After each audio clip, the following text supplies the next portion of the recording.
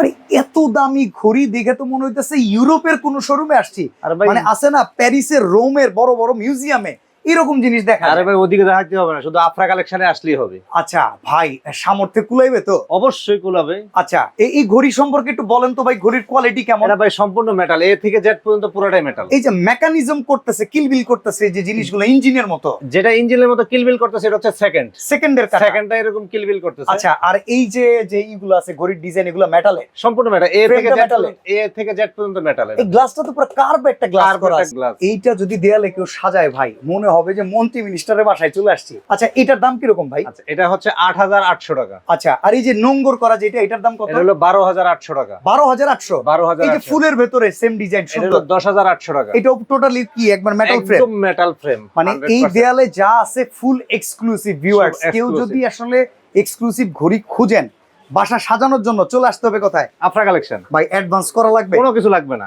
Delivery charge free. এই ওয়ালটাকে একটু দেখেন ভিউয়ার্স, এইরকম আরো প্রায় ১,০০০ মডেলের ঘড়ি পাবেন এক ছাদের নিচে। জাস্ট আফরা কালেকশনে চলে আসবেন, স্ক্রিনের নিচে দেয়া নাম্বারগুলোতে যোগাযোগ করুন।